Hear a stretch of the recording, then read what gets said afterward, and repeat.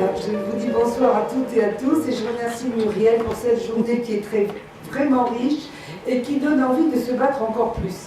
Donc moi, je suis présidente et fondatrice de l'association Femmes pour le dire, Femmes pour agir, qui accueille des femmes en situation de handicap. Ça va faire 12 ans que l'association est créée et au long de ces 12 années, je me suis aperçue que les femmes handicapées subissaient des violences.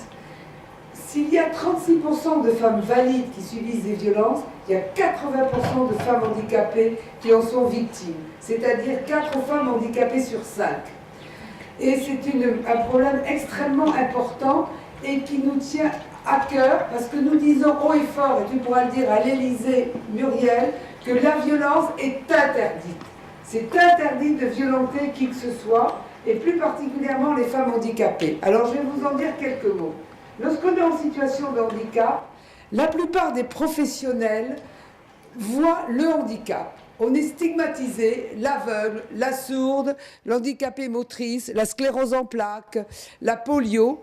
Et par cette stigmatisation, jamais personne ne pense à poser la question aux femmes handicapées, ce qu'on disait tout à l'heure, est-ce que vous subissez des violences? Nous ne sommes simplement reconnus que par notre symptomatologie. Les femmes handicapées dans la société sont les grandes invisibles. On ne veut pas nous voir, on ne veut pas nous entendre. Quelqu'un disait à une table ronde tout à l'heure que c'était dérangeant les victimes. Ça emmerde, c'est vrai. Eh bien les femmes handicapées, c'est encore pire. Une femme handicapée, qu'est-ce qu'elle représente? La plainte. Elle représente quelque chose qui n'est pas beau. Elle représente, elle angoisse. Elle représente ce qui est la frustration, le manque. Donc on n'a aucune envie de s'approcher de ces femmes en situation de handicap. Donc notre association se bat pour mettre en place une écoute pour ces femmes qui subissent des violences. Et je vous promets que c'est un combat terrible. C'est un combat terrible pour une raison bien simple, c'est que les politiques, et je rejoins à 100 000% ce que disait Gilles ce matin, c'est que les politiques ne sont absolument pas intéressés par les femmes handicapées. On entend des paroles, on entend des discours, mais rien de concret, absolument rien. C'est-à-dire qu'on nous passe du baume pour nous faire oublier notre condition et surtout pour nous faire accepter, mais nous ne l'acceptons pas, de déranger la société. Que ça soit au niveau des soins médicaux, et s'il y a des soignants ici, j'aimerais beaucoup qu'ils m'entendent. Lorsque vous rencontrez des femmes handicapées, posez-leur la question. Est-ce que vous subissez des violences? 4 femmes sur 5 de femmes handicapées subissent des violences. On ne pose jamais la question.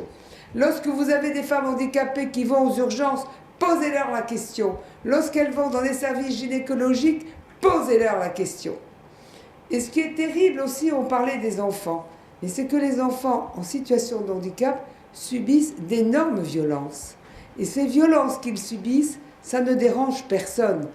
Parce que le monde professionnel, notre société, se dit, quand il voit une mère avec un enfant handicapé, oh la pauvre femme, qu'est-ce que ça doit être dur. Et si elle donne une gifle à son enfant en situation de handicap, eh bien l'entourage te dira, mais elle est excédée. Ça doit être tellement difficile de vivre 24 heures sur 24 avec cet enfant handicapé.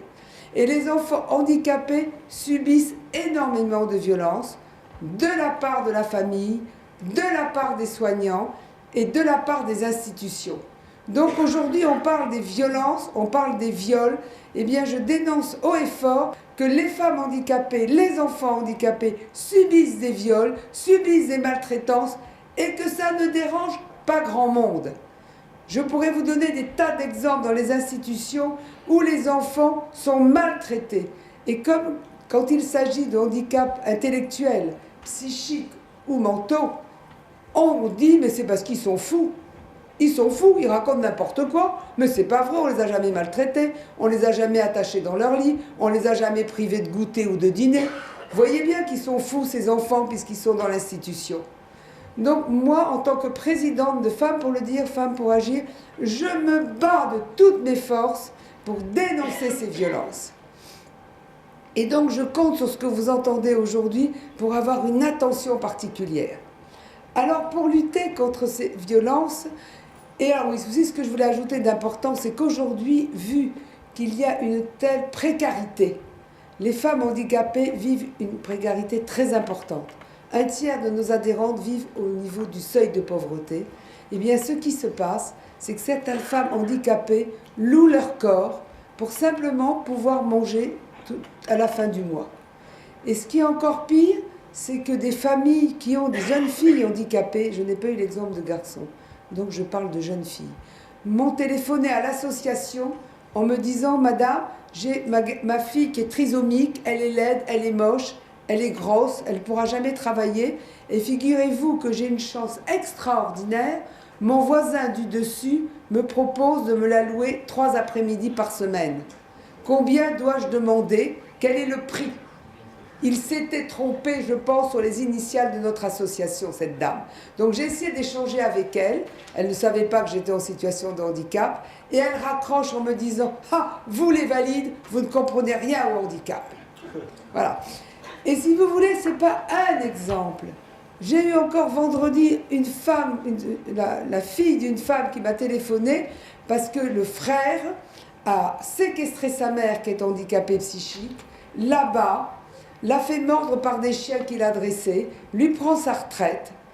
Et moi, quelqu'un disait, je crois que c'était monsieur le juge, que j'ai adoré ce qu'il a dit, c'est vrai qu'on est remis en question. On se sent démuni, on se sent sans force, on se dit mais qu'est-ce que je peux faire? Pas grand-chose, parce que déjà les femmes handicapées ne veulent pas dire qui elles sont, ne veulent pas nous dire leur numéro de téléphone, simplement elles viennent déposer leur souffrance pour nous dire faites quelque chose pour que les violences s'arrêtent. Alors nous avons imaginé une écoute violence femmes handicapées, dont la soirée de lancement est le 6 mars au Palais Bourbon, 101 rue de l'Université. Et je vous invite toutes et tous à venir. On a besoin d'être soutenus. On a besoin d'être soutenus parce que nos politiques ne nous soutiennent pas. J'ai demandé à Ségolène Neuville de venir, son agenda est plein. J'ai demandé à Laurence Rossignol, son agenda est plein. J'ai demandé à Pascal Boitard, son agenda est plein. C'est-à-dire que les femmes handicapées ne les intéressent pas. C'est un choix. On peut choisir de venir au lancement de cette soirée pour nous soutenir. On peut choisir de ne pas aller à Y et d'aller à X. Là, aucune politique n'a choisi de venir nous soutenir pour ce lancement de ce numéro qui va être une écoute qui aura lieu pour l'instant un matin par semaine et un après-midi par semaine, toutes les semaines. Nous venons de former des écoutantes pour pouvoir répondre à ces appels. Nous avons notre subvention du ministère a diminué de près de 80% pour une raison que j'ignore. Donc pour nous, c'est un grand problème aussi de pouvoir former des écoutantes si on ne peut pas payer la formatrice. Et donc ce numéro sera dévoilé le 6 mars au Palais Bourbon. Alors heureusement, nous allons avoir Hélène Bidard de la mairie de Paris. Nous aurons également Ernestine Ronet. Nous aurons également une avocate, Elisabeth Steyer, et nous aurons surtout une femme que j'adore, qui s'appelle Michèle Perrault, qui est une grande historienne, et qui va nous parler de la résistance des femmes. Donc voilà, mon plaidoyer, c'est surtout, dans tous les services, dans tous les endroits où vous passez, n'oubliez jamais les femmes handicapées, n'oubliez jamais que 4 femmes sur 5 subissent des violences, toute forme de violence bien sûr, psychologique, mentale, des viols, des maltraitances conjugales, etc. Et ne croyez surtout pas que le handicap est une protection. Quand j'accompagne une femme handicapée dans un commissariat de police, je vois encore ce commissaire rigoler gentiment et me dire « Mais madame, cette femme que vous accompagnez, vous ne la voyez pas, mais moi je peux vous dire qu'elle est vraiment très amochée. Qui oserait lui taper dessus ?» Alors, je me bats tellement que maintenant je vais faire une formation au commissaire de police sur les violences envers les femmes handicapées. Vous trouverez à la sortie des flyers qui vous invitent, qui vous donnent le numéro d'appel, que vous pouvez distribuer dans vos centres, que vous pouvez donner à toute personne que vous rencontrez, que vous pouvez déposer dans les bars, les pharmacies, les hôpitaux, partout où vous passez, pour que si une femme handicapée voient ce numéro, elles se disent « je peux appeler ». Je vous remercie.